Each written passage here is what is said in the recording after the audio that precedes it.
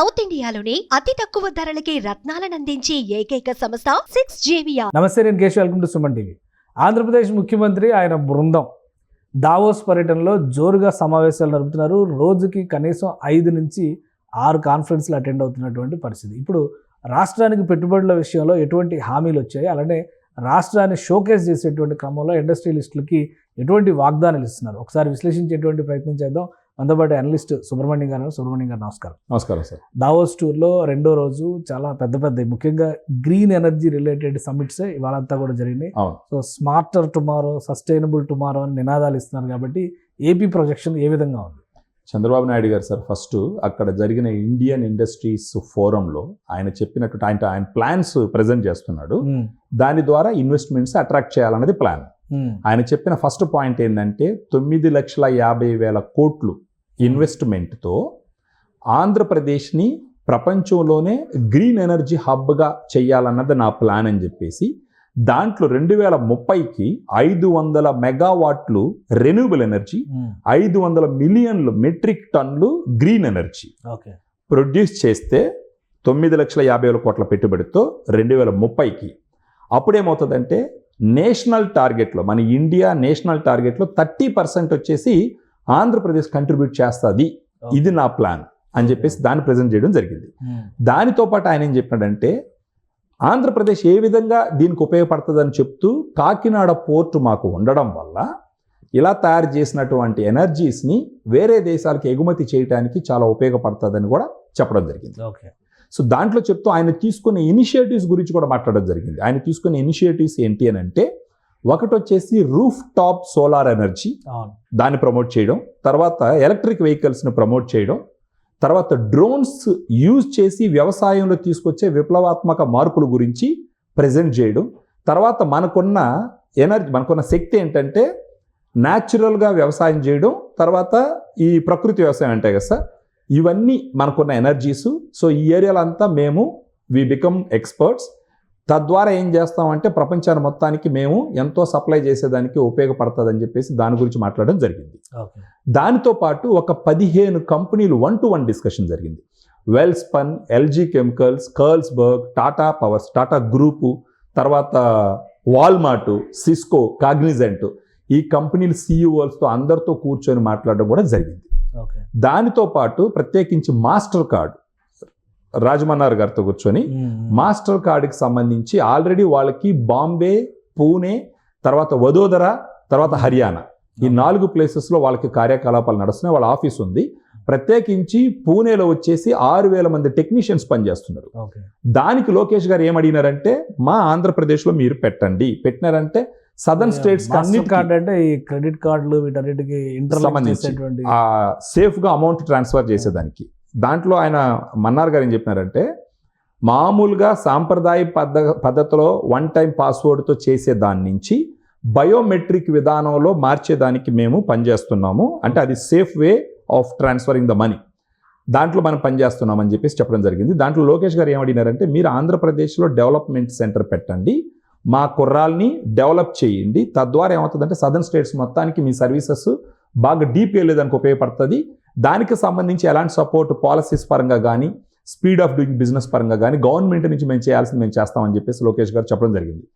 అప్పుడు ఆయన ఏం చెప్పినారంటే, రాజమన్నారు గారు ఏం చెప్పినారంటే, వాళ్ళ ఏం చెప్పినారు, 1 బిలియన్ కస్టమర్స్ని అక్వైర్ చేయాలన్నది వాళ్ళ పాయింట్, 50 మిలియన్ కంపెనీస్ని ఆన్ బోర్డ్ చేయాలన్నది వాళ్ళ పాయింట్. దీని గురించి చెప్తూ ఆయన ఏం చెప్పారంటే, మేము బోర్డ్ డిస్కషన్ చేసి will come back to you అని చెప్పేసి రాజమన్నారు గారు లోకేష్ గారికి ప్రామిస్ చేయడం జరిగింది అనమాట. అంటే ఇప్పుడు ఈ ప్రాజెక్ట్స్కి సంబంధించిన ప్రపోజల్స్ కానీ, ఇప్పుడు ఈ డిస్కషన్స్, ఈ రౌండ్ టేబుల్ సమావేశాల్లాగా వరుస పెట్టి జరుగుతూ ఉన్నాయి. ఇటు కన్క్లూజన్స్ ఎప్పటిలాగా రావచ్చు, ఎందుకంటే ఇన్వెస్ట్మెంట్స్ ఏమొస్తాయి, అగ్రిమెంట్స్ ఏం జరుగుతాయి అనేది ఫైనల్గా. సో ఫైనల్గా అదే రిజల్ట్. అవును. ఈ విషయాల్లో పాజిటివ్ వైబ్స్ ఆంధ్రప్రదేశ్కి సంబంధించి, ఎందుకంటే నిన్న మొన్నటి వరకు ఇండస్ట్రీ అట్మాస్ఫియరే లేదనేటువంటి పరిస్థితి. అవును.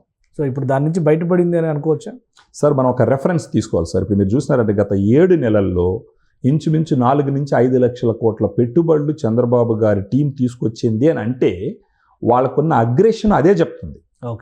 ఇప్పుడు అందులో ఇంతకుముందు తీసుకొచ్చిన కంపెనీలు కూడా చిన్న కంపెనీలు కాదు. మీరు చూసినారంటే రిలయన్స్ కానీ, టాటా కానీ, ఇవన్నీ ఈ సదస్సులో మాట్లాడుతూనే చంద్రబాబు గారు ఇంకొక విషయం చెప్పినారు. రీసెంట్గా 1.85 lakhs ఇన్వెస్ట్మెంట్ వచ్చింది, ప్రధానమంత్రి గారు అది వచ్చి శంకుస్థాపన చేసినారని కూడా దాన్ని కూడా హైలైట్ చేయడం జరిగింది. హైడ్రోజన్ ఎనర్జీ దాన్ని కూడా హైలైట్ చేయడం జరిగింది. సో ఖచ్చితంగా ఇప్పుడు ఏమవుతుందంటే సార్, ఒక మీటింగ్ పెట్టి ఒక 100 మంది కస్టమర్లు మనం పర్సువేట్ చేస్తే 100 మంది వచ్చేస్తారని కాదు.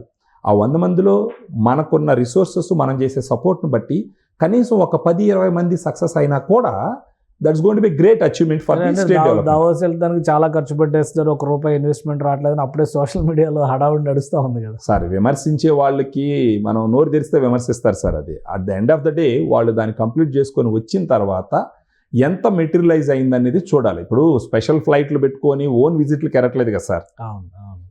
ఇంతకు ముందర స్పెషల్ ఫ్లైట్లు గవర్నమెంట్ డబ్బులు వాడుకొని ఓన్ విజిట్లకి వెళ్ళిన సందర్భాలు ఉన్నాయి కదా. పోతా మా ఊరిని టచ్ చేసుకొని పోతాం అన్నట్టు పోయిన సందర్భాలు ఉన్నాయి కదా. అలా కాదు కదా. ఇప్పుడు ఇది కంప్లీట్గా బిజినెస్ కోసం పోయి ఉన్నారు. ఇప్పుడు తెలంగాణ నుంచి పోయి ఉన్నారు, మన ఆంధ్రప్రదేశ్ నుంచి పోయి ఉన్నారు, వాళ్ళ ప్రయత్నాలు వాళ్ళు చేస్తున్నారు. అక్కడ లోకేష్ గారు పదే చెప్పింది ఏంటంటే, ఇప్పుడు ఆంధ్రప్రదేశ్కి కంపెనీలు ఎందుకు రావాలంటే బ్రాండ్ సిబిఎన్ అంటున్నాడు ఆయన. సిబిఎన్ గారిని చూసిరండి, ఆయన హిస్టరీ చూసిరండి అని చెప్పేసి ఆయన్ని ప్రమోట్ చేస్తూ ఉంటారు. సో మనకు కూడా ఏంటంటే, ఇప్పుడు ఏదన్నా ఒక ఇదిలో పోతే ఒక గొప్ప వ్యక్తిని చూపిస్తే దాన్ని చూసి వస్తారు. ఇప్పుడు హాలీవుడ్, బాలీవుడ్కి చూసినారంటే అమితాబ్ బచ్చన్ చూపిస్తారు ఫర్ ఎగ్జాంపుల్. ఇప్పుడు మనకి ఎక్కడ చూస్తే చిరంజీవి గారిని చూపిస్తారు. వాళ్ళ ఫేస్ వాల్యూ, వాళ్ళ క్రెడిబిలిటీని చూసి ఎవరైనా ముందరకు అడిగేయాలి. ఆ రకంగా ఇప్పుడు లోకేష్ గారు పదే అక్కడ వెళ్ళి చెప్తున్నది ఏంటంటే, you see brand CBN and his history and take a decision అన్నట్టు మాట్లాడుతున్నాడు ఆయన.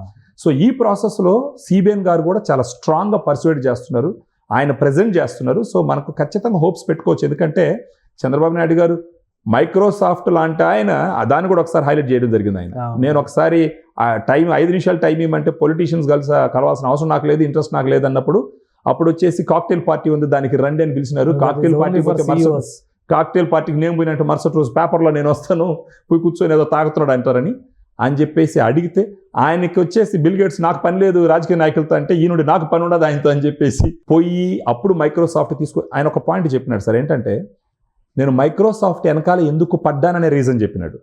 అలాంటి ఒక కంపెనీని తీసుకొచ్చి హైదరాబాద్లో పెడితే, అంత పెద్ద కంపెనీ హైదరాబాద్కి పోయిందంటే ఆడేదో ఉందని చెప్పి మిగతా కంపెనీలు కూడా వచ్చేదానికి అవకాశం ఉంది. అదే జరిగింది. సో ఆ ఎక్స్పీరియన్స్తో, ఆ అనుభవంతో ఈరోజు అక్కడికి వెళ్ళి పర్సువేట్ చేస్తున్నారు. సో ఇప్పుడు వీళ్ళ టార్గెట్ కూడా, ఇప్పుడు వాళ్ళ ఆలోచన చూడండి, అమరావతిని ప్రపంచంలో ఉండే 5 మెట్రోల్లో టాప్ మెట్రో చేయాలన్నటువంటి ఒక ముందు చూపుతో దృక్పథంతో పోతున్నారంటే, ఇప్పుడు దావోస్లో కూడా ఏదో అప్పడాల కంపెనీయో లేకపోతే పచ్చళ్ళ కంపెనీ తీసుకొచ్చేదానికైతే పోరు సార్ ఖచ్చితంగా.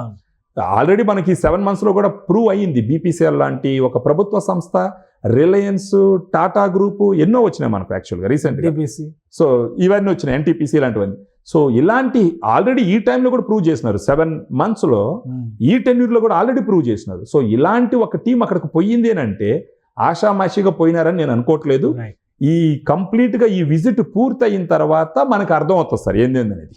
అంటే ఇప్పుడు సెకండ్ డేనే కదా యాక్చువల్గా, నిన్న పోయినారు, ప్రైమరీ మీటింగ్స్ అయినాయి అంతే, ఇంకా మిగతా మీటింగ్స్ ఇంకా నెక్స్ట్ లెవెల్. అవును సార్, అవును. సో ఖచ్చితంగా ఇది ఉపయోగపడుతుందనే చూడాలా. బట్ ఏంటంటే వెయిట్ చేయాలి, వెయిట్ చేసి చూడాలి సార్. ఇది ప్రయత్నం, పోయేసి 100% తెస్తారని కాదు. అలా అనుకుంటే రంగులకే 16,000 కోట్లు నాశనం చేసినాం మనం, 1,600 కోట్లు నాశనం చేసినాం యాక్చువల్గా. సో అలాంటిది కాదు కదా, ఇది ప్రయత్నం ఇది. సో ఆ రకంగా చూడాలి sir. Right. Thank you Subrahmanyam గారు విశ్లేషణ అందించారు. ఇది దావోస్ టూర్లో ఖచ్చితంగా ఇంపార్టెంట్ ఇష్యూస్, ఇంపార్టెంట్ డిస్కషన్స్ జరుగుతున్నాయి. భవిష్యత్తును దృష్టిలో పెట్టుకొని చేస్తున్నటువంటి చర్చల సారాంశం ఇది. ఒప్పందాలు కూడా ఆ స్థాయిలోనే ఉంటాయని ఆశించవచ్చు. గతంలో ఉన్నటువంటి ట్రాక్ రికార్డును బట్టి చూస్తే కనుక రాబోయే రోజుల్లో ఫ్యూచర్ క్యాపిటల్గా అమరావతిని నిలబెట్టాలంటే ప్రతిష్టాత్మక సంస్థలు తరలి రావాల్సిందే అని సుబ్రహ్మణ్యం గారు విశ్లేషిస్తున్నారు.